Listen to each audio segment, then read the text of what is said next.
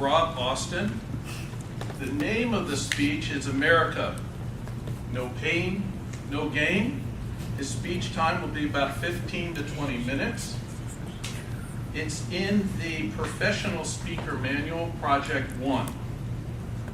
As a speaker, tonight Rob is presenting a keynote address for an organization called Bringing America Back. This is a bipartisan organization looking for solutions to America's growing inequality. His goal tonight is to lay out the problems in America and focus on solutions to bring the runaway debt under control before it takes control over us. Give a warm welcome to Rob Austin.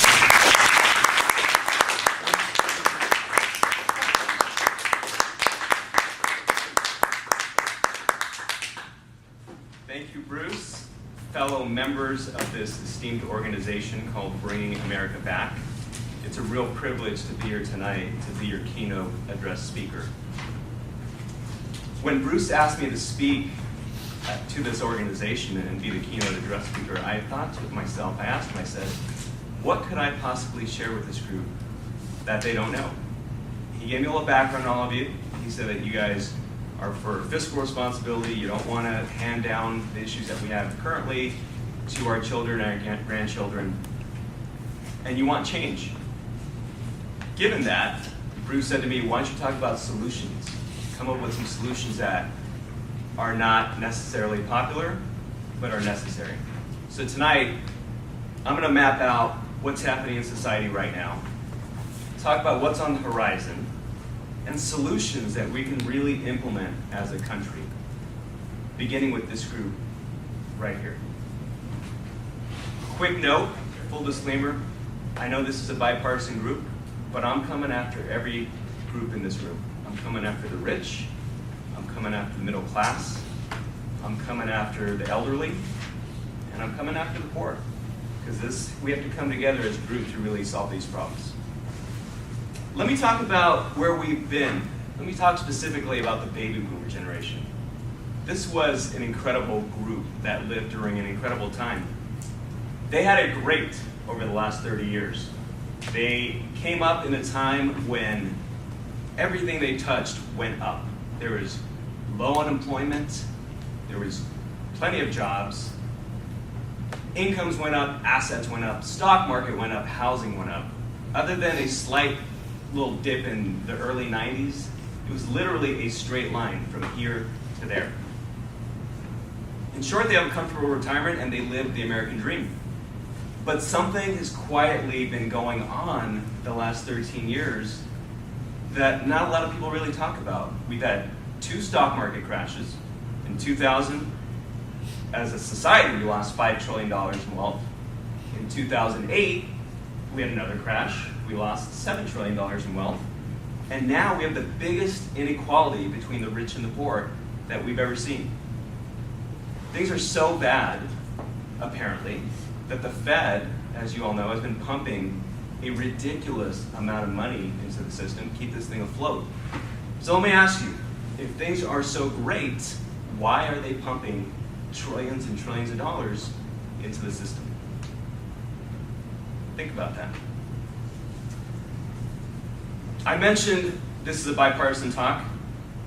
We know, so I'm not going to attack anyone because there's blame to be had on both sides, but our president was on the trail last week trumping our economic recovery. And I hear he's doing a bus tour after he takes his week off at Martha Vineyard. He inherited this problem. We all know that. This is a problem that's been building for 30 years. He just happened to come when it came full bore. This problem actually started under Nixon and under Reagan, and I'm going to touch on that in a minute. While he's encouraging everyone to get out there and buy a home and spend, because that's how we keep the economy up, there's some things going on behind the scenes that are not being reported, and I thought I'd share a few of them with you tonight. I like proof sources because I don't like to spew my opinion. So this was an article out of the Associated Press. It's not the Drudge Report, it's not some right-wing organization, it's a very neutral organization. This was July 28th, a couple of weeks ago. The headline, signs of declining economic security. 4 out of 5, 80% of U.S. adults struggle with joblessness, near poverty, or reliance on welfare for at least part of their lives. Anyone been out to eat lately? Anyone notice how things are really, really expensive nowadays?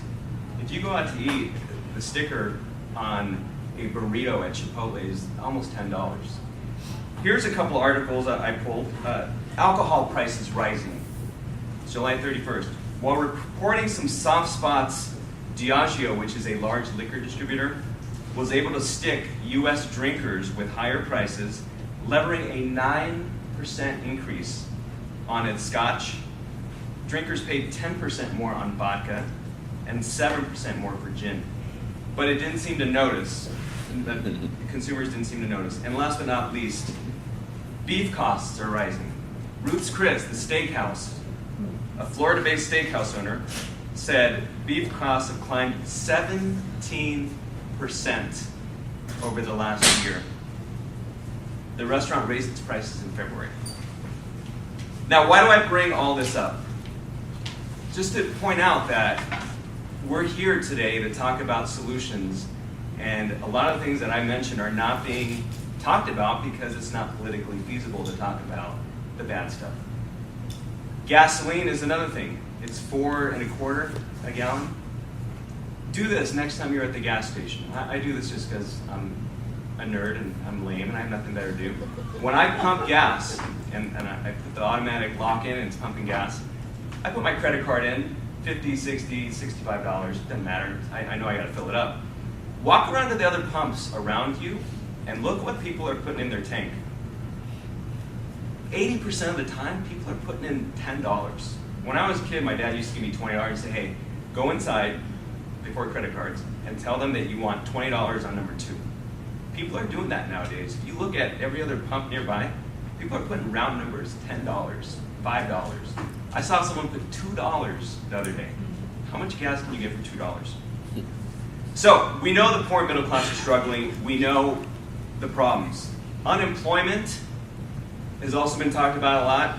The mainstream media will say that unemployment is ticking down. Technically, it is. But what's interesting in the story that's not being told is that a lot of people are leaving the workforce. And Exhibit 1, if you will look at a handout that I left in front of you, you may have to share. It's a handout of 4 slides here. You can all pull that up. Everyone have it in front of you? This is a chart looking at restaurant and bar employees versus manufacturing employees. And the vertical line that I put here is 2008. This is when the recession hit, or the Great Recession. And you'll see the line that's going up from left to right is the number of bar and restaurant employees.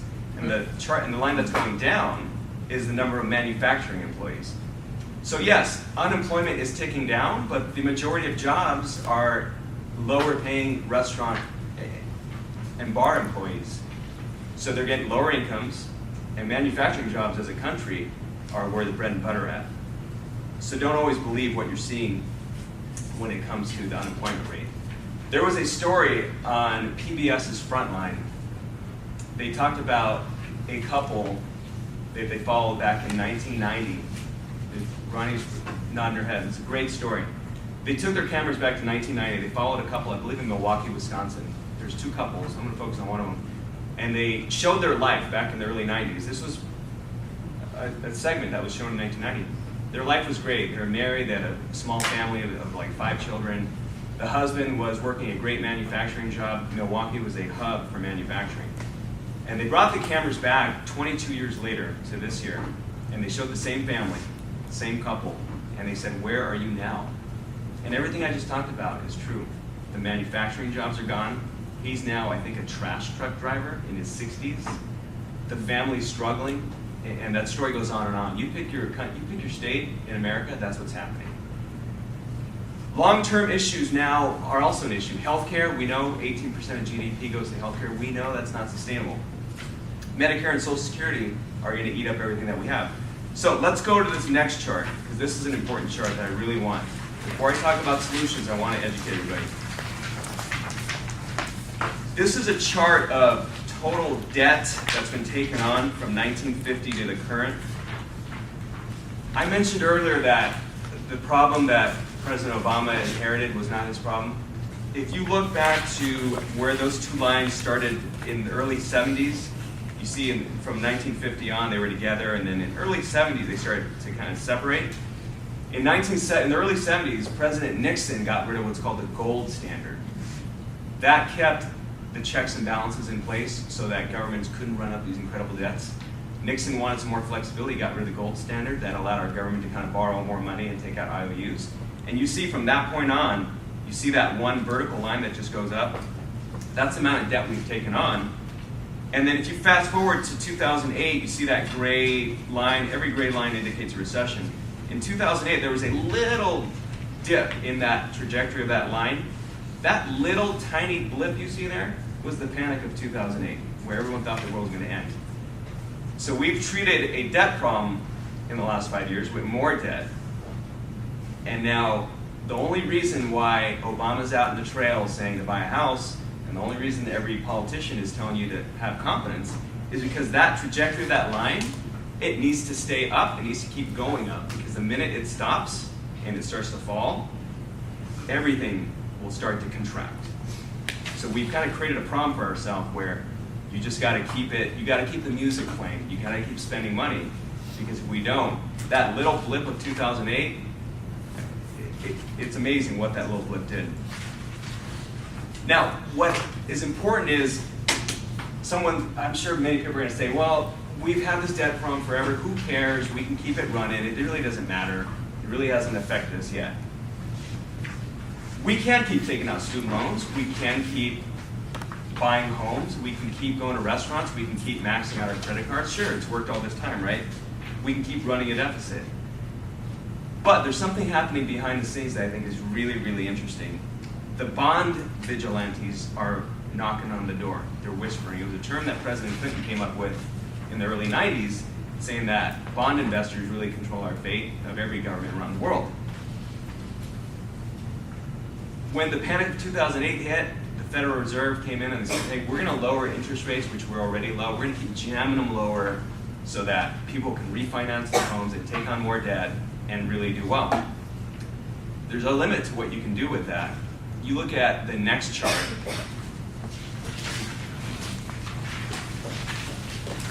That game, I think, is up because you see where in July 2012, this is a chart of interest rates. They had a bottom in July of 2012, and in December of 2012, you see that quote right there, that's from our chairman. He said, in continuing asset purchases, the Fed seeks to maintain downward pressure on long-term interest rates. But what has happened ever since that arrow? Things have started to go up. So despite his promises to keep interest rates low for the first time in 40 years, the bond market is saying, we don't trust you, and we're going to keep ratcheting rates up because we're afraid of what you may or may not be doing with your budget. So the minute the bond market takes over, it doesn't matter what Obama does, it doesn't matter if a Republican comes in, the cost of financing our debt is going to be going up. An interesting thing happened today. The stock market fell 225 points, and interest rates shot up again. So they've been on a tear now. It's the first time that's happened. If interest rates keep going up, unemployment will rise because companies will find it more expensive to expand. Housing will not recover anymore because people are going to be finding it more expensive to buy a home. And the interest in our debt is going to skyrocket, which will eat into the budget that we have as a country to operate. It becomes a vicious loop. Let's talk about solutions to the problem. I think I've spent a lot of time depressing everyone about the state of America's finances, right? This is what you're never going to hear, and I need your help here tonight. We need to create a grassroots campaign to really fix what's happening, because the bond market, if there's one thing I want you to take away, the bond market is knocking on the door, and if we don't control this, then they're going to ratchet up rates, and it's game over. We need to, number one, we need to fix the political system. We need to eliminate all lobbying. I personally work for a drug company. We spend millions and millions of dollars in Washington, D.C. lobbying our congressmen to keep prices high for prescription drugs. You could pick your industry. It could be banking, it could be the law industry. Every group has a lobbying firm in Washington trying to further their own efforts. So we need to eliminate lobbying from the political system. We need to give the president and all members of Congress 1 6-year term. There's not going to be this re-election cycle, because every time there's a re-election cycle, they're pandering to their political base, trying to do favors for everyone. And we've been doing this for the last 30 years, and look at the amount of debt we've brought up. So 1 6-year term, they're in, they got to fix it. They don't have to worry about trying to get re-elected, trying to win votes. They can move on. And we have to provide 100% public financing for all candidates. There aren't going to be any rich donors or rich organizations or super PACs coming out and donating hundreds of millions of dollars to campaigns to get favors in return. I mentioned I'm going to come after everyone. We're coming after the rich. Those of you who are rich in the room, we're coming after you. Whether you're Democrat or Republican, 50% tax rate. There's no more loopholes. You got to pay your fair share. There's no getting around it. The elderly. That's a popular base for any candidate. It's a huge base. Elderly, we're coming after you. Social Security is not sustainable. We're going to means test. Yeah, I would never get elected, but I'm Social Security, we're going to means test it. If you are wealthy, we'll figure out what wealthy means. Then you don't get Social Security. We got to conserve money. We got to spread it. Pensions need to be reorganized. You all saw what happened in Detroit. The pension system, the city went bankrupt. The pensioners are getting 30 cents on the dollar. This is not something that happened overnight. They knew this was coming, but they said, hey, screw it, let's let it ride, and we'll deal with it if it comes to fruition. Guess what? It came to fruition. So we need to reorganize the pension system now versus wait 5 years from now and have it all turn into a Detroit. So pensioners, you got to come out and take 70 cents on the dollar. You got to take a 30% haircut. Sorry, it's just the way it's going to be. And the poor. I feel for the poor. There's a lot of poverty in this nation, but there's also a lot of food stamp fraud. We got to crack down on fraud, and people that can get a job need to go get a job, and the people that are taking advantage of the system, we need to put some checks and balances to do that. Now, if I'm sounding harsh, I admit it is harsh, but you gotta take your tough medicine, because I'll leave on this note. There's a chart right here, last chart. This is looking at 1929 versus 2013. You have commodities, which are oil and gold and all that. You have bonds, which is interest rates, and then you have the stock market. Look at the first pane up above. In 1929, you had commodities crash, and then they had a lower peak. Bonds topped in 1928, and then the stock market topped in 1929. Same thing's happening here. Bonds, the interest rates, bottomed in July of 2012, and the stock market topped a couple of weeks ago. So if we don't get this under control, and if we all don't take pain now, then this setup of 1929 is going to happen, because the bond market is going to institute fiscal control on all of us. Who's with me on this? Yay. Woohoo! Bring back America, man. We can do this, but it's going to require a collective effort. I need all of you to step up, rally your congressmen, and leave a better future for our children, our nieces, our nephews, and the next generation to come. So if you're with me on this, I want to hear this side say, I'm ready. Say it. I'm ready. I'm ready. I want to hear this side say, let's do this. Let's do this. I'm ready. I'm ready. Let's do this. Thank you very much.